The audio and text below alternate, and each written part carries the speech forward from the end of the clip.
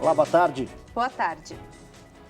Você está sofrendo com calor? Saiba que o mundo inteiro também está. 2013 foi o sexto ano mais quente desde 1850 e 2014 deve superar a marca.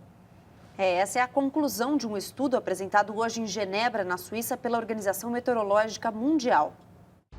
O relatório destaca que a temperatura da superfície da Terra ficou meio grau Celsius acima da média registrada entre 1961 e 1990, bem perto do recorde de 0,55 graus registrado em 2010. O secretário-geral da entidade, Michel Jarraud, também alertou para o fato de que no ano passado não ocorreram os fenômenos El Niño e Laninha, principais responsáveis pelas variações de temperatura.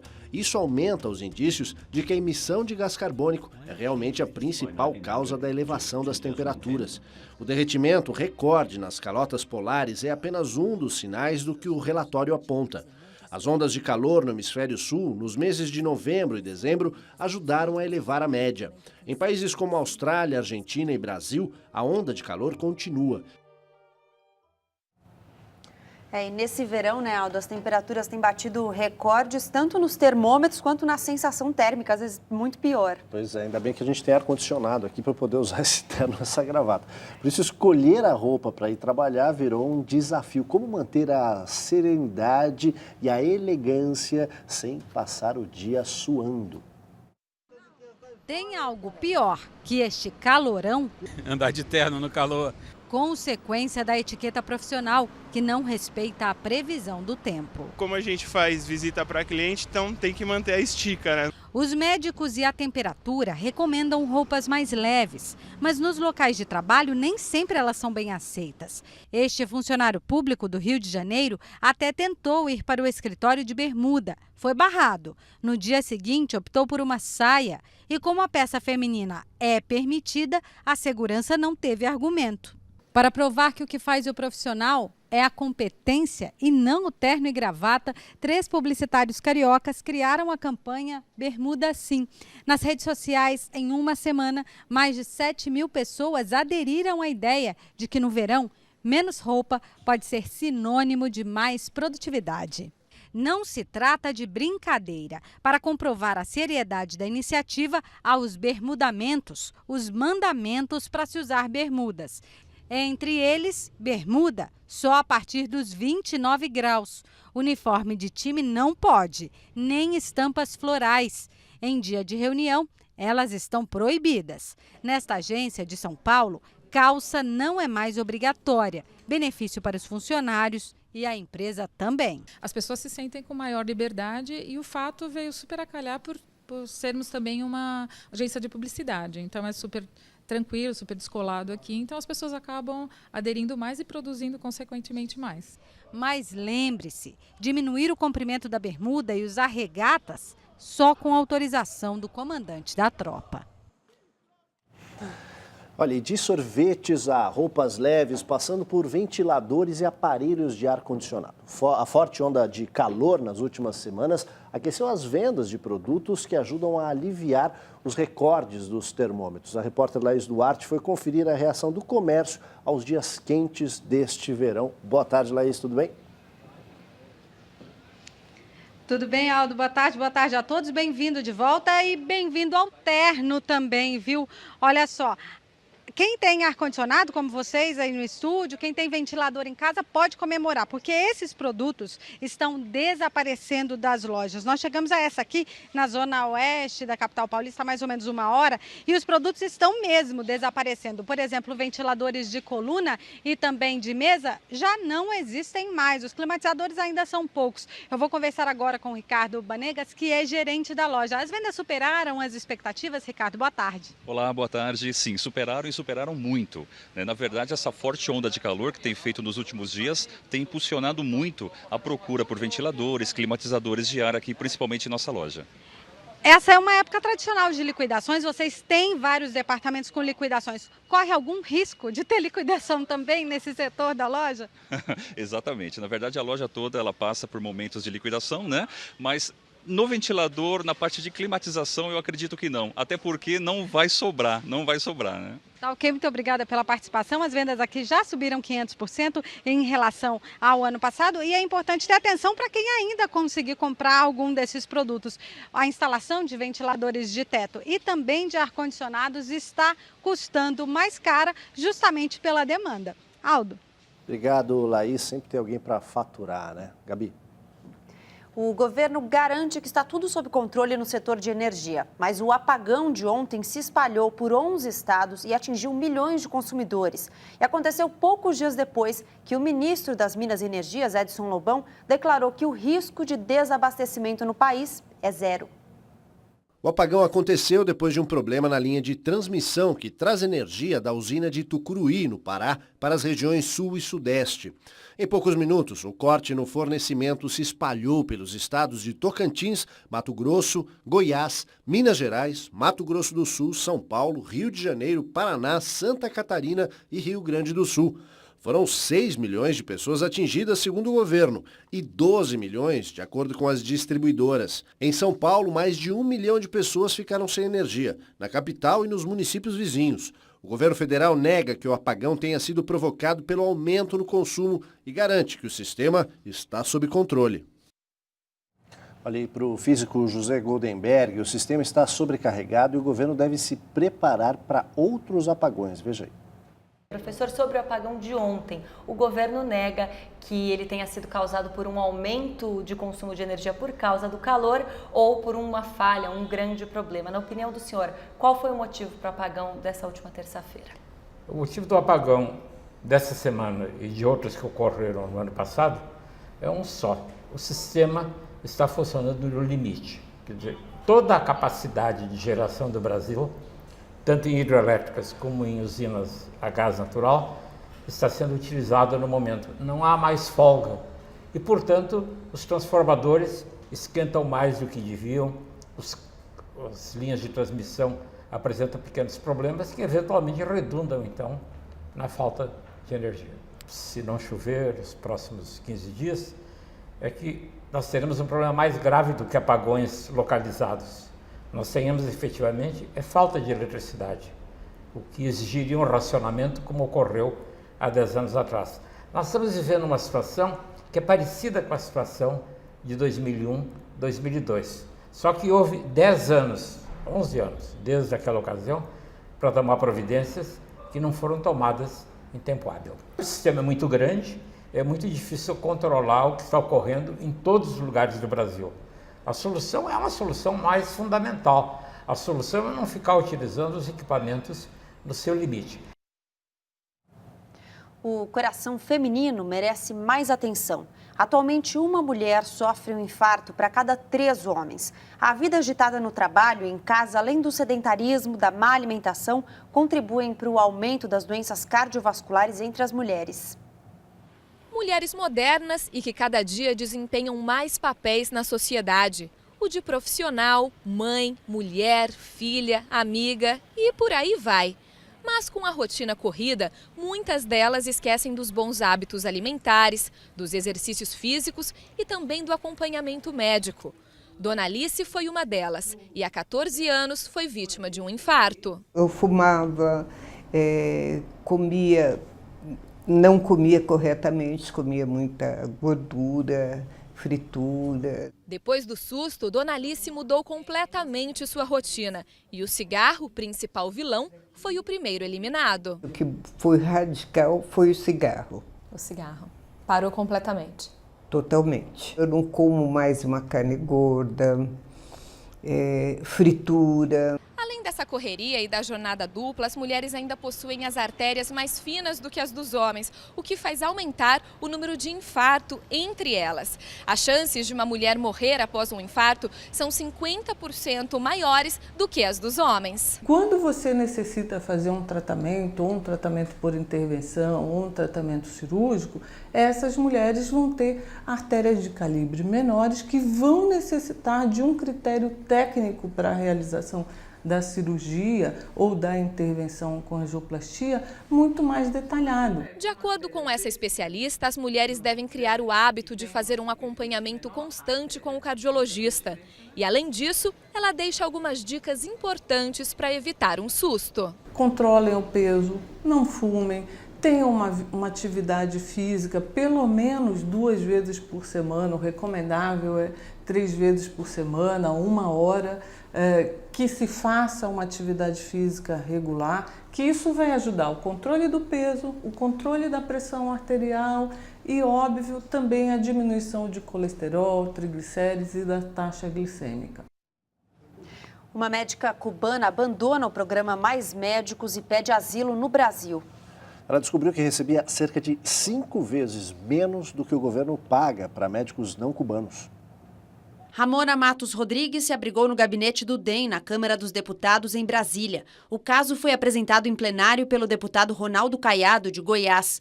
A médica afirmou que recebe $400 por mês para atuar em Pacajá, no interior do Pará. Outros $600 são depositados em uma conta em Cuba, que ela só terá acesso quando voltar ao país. Isso dá no total cerca de R$ 2.400 por mês, quase 5 vezes menos dos R$ 10.000 que o programa Mais Médicos paga para profissionais de outros países. Ramona Matos disse que procurou políticos da oposição porque está sendo perseguida pela Polícia Federal e tem medo de ser enviada de volta a Cuba. O metrô de São Paulo funcionou normalmente nessa manhã, depois da confusão na linha vermelha ontem à noite. O tráfego de trens ontem foi paralisado, estações ficaram lotadas e passageiros revoltados resolveram seguir por trilhos e túneis. Os problemas começaram por volta das 6h30 da tarde, no horário de pico, na Estação República, quando um trem parou por causa de problemas numa das portas. Foi quando usuários resolveram acionar o botão de emergência. Há denúncias de que alguns grupos estimulavam os passageiros a descer para os trilhos e com pessoas circulando pela linha, a energia teve que ser cortada. O ar-condicionado também. Com o calor, as pessoas se irritaram e houve um princípio de tumulto. Trens que estavam em outras estações não puderam seguir viagem por conta da interrupção. A Secretaria Estadual dos Transportes atribuiu a confusão a grupos organizados. A situação só começou a ser normalizada depois das 10 da noite. João Paulo Cunha se entrega e já está na prisão no Distrito Federal. Em Porto Alegre, greve de ônibus completa 10 dias e a sensação térmica no Rio de Janeiro chega, sabe a quanto? Aos 57 graus. A Assembleia Legislativa de São Paulo compra quase 100 veículos no valor de R$ 5.800.000. Veja agora no nosso giro de notícias.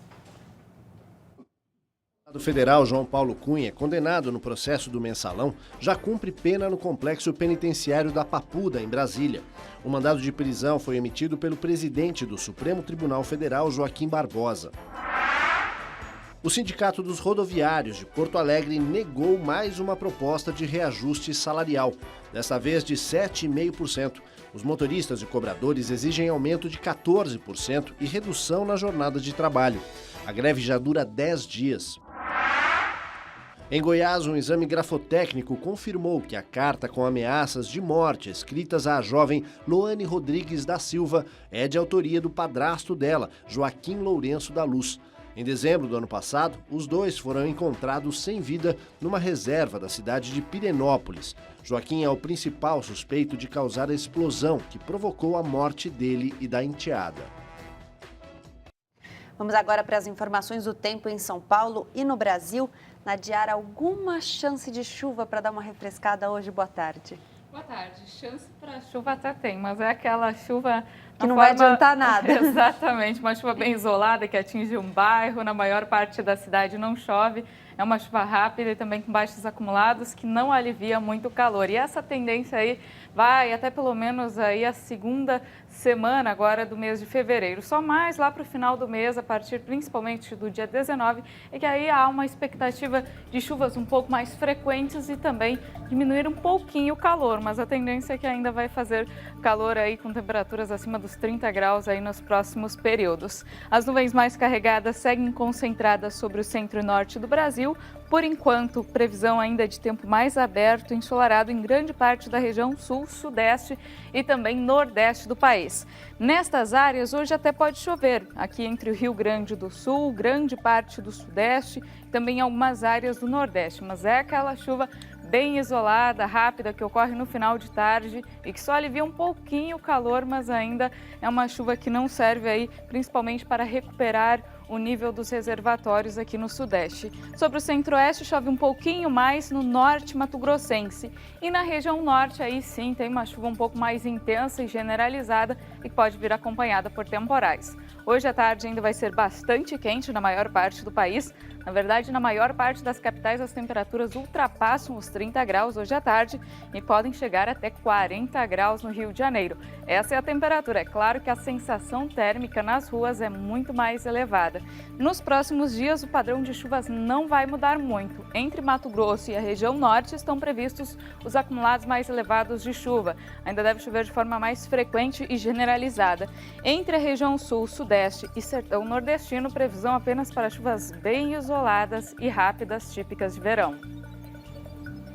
Pela primeira vez, o presidente da Ucrânia fala em antecipar as eleições para tentar resolver a crise. O país está sendo pressionado agora também pela Alemanha, que ameaça impor sanções aos ucranianos caso os problemas políticos não sejam resolvidos. Veja agora outros destaques internacionais. A antecipação do pleito presidencial é a principal exigência do movimento que ocupa a Praça da Independência de Kiev, centro da revolta ucraniana. O presidente Viktor Yanukovych admitiu aceitar a possibilidade diante do impasse no parlamento. Os deputados se reuniram para debater a redução dos poderes presidenciais, mas não houve acordo sobre a proposta. Os protestos na Ucrânia já duram 3 meses. Agrava-se a situação política na Tailândia. Os manifestantes continuam nas ruas contra a primeira-ministra do país, acusada de corrupção. Agora, além de pedir a saída da governante e o cancelamento das eleições que a confirmaram no poder, os protestos querem uma solução para a crise do arroz. Países como a China cancelaram grandes encomendas de arroz ao governo tailandês por conta das denúncias de corrupção. A primeira-ministra pode perder sua única base de apoio, os agricultores. O governo da Rússia pressiona e a emissora de televisão a cabo da Rússia é tirada do ar. A censura veio depois de uma pesquisa feita pelo canal, que perguntava aos russos se eles achavam que durante a Segunda Guerra Mundial a cidade de Leningrado deveria ter se rendido aos nazistas para poupar vidas. O governo considerou o levantamento antipatriótico. Os diretores da emissora dizem que foram tirados do ar porque o canal é independente e crítico ao presidente Vladimir Putin. Num contundente relatório, a ONU cobrou hoje uma postura mais enérgica do Vaticano em relação às denúncias de pedofilia contra membros da igreja e pediu que os acusados sejam afastados imediatamente de seus cargos. O Comitê das Nações Unidas para os Direitos da Infância também pediu a entrega dos arquivos relacionados a essas denúncias, para que as autoridades de cada país possam investigar os casos, punir os responsáveis e garantir indenização às milhares de vítimas em todo o mundo. Segundo o órgão, a maneira como a igreja tem lidado com a questão, transferindo clérigos sem apontar culpados, contribuiu para a continuidade dos abusos. O Papa Francisco já disse que os abusos são um motivo de vergonha e tristeza para a igreja. Ele criou em dezembro do ano passado uma comissão para investigar as denúncias e a responsabilidade da hierarquia diante de cada caso. Para a ONU, a medida não é suficiente. O Vaticano deve divulgar uma nota ainda hoje. A França anuncia um plano de 1,5 bilhão de euros para combater o câncer no país. O objetivo é oferecer um tratamento de qualidade a toda a população francesa. O plano será colocado em prática até 2019. O presidente François Hollande quer oferecer as mesmas condições de combate e tratamento ao câncer a qualquer cidadão francês em qualquer lugar do país. O número de exames de imagem para a detecção da doença aumentaria, assim como o acesso a medicamentos. O plano pretende atuar também na prevenção. Uma das principais medidas será uma campanha que desestimule o uso de cigarros, vício que ainda atinge 33% dos franceses. O anúncio do governo da França coincide com o relatório da Organização Mundial da Saúde, divulgado essa semana, que aponta que metade dos novos casos de câncer previstos podem ser evitados, combatendo problemas como tabagismo, obesidade e alcoolismo. O documento prevê 22 milhões de casos de câncer por ano no mundo até 2030, em comparação a 14 milhões de casos em 2012. A OMS diz que o mundo vai enfrentar um maremoto de casos de câncer e alerta que os custos para tratar a doença estão ficando descontrolados. A Academia Francesa anuncia as indicações para o Prêmio César de 2014. A cerimônia de premiação acontece no fim do mês no Teatro Châtelet, em Paris. Vamos ver algumas dessas indicações. A comédia Les Garçons et Guillaume à Table lidera as indicações ao César, um dos mais prestigiados prêmios franceses de cinema. A fita está concorrendo em 10 categorias, entre elas a de melhor filme.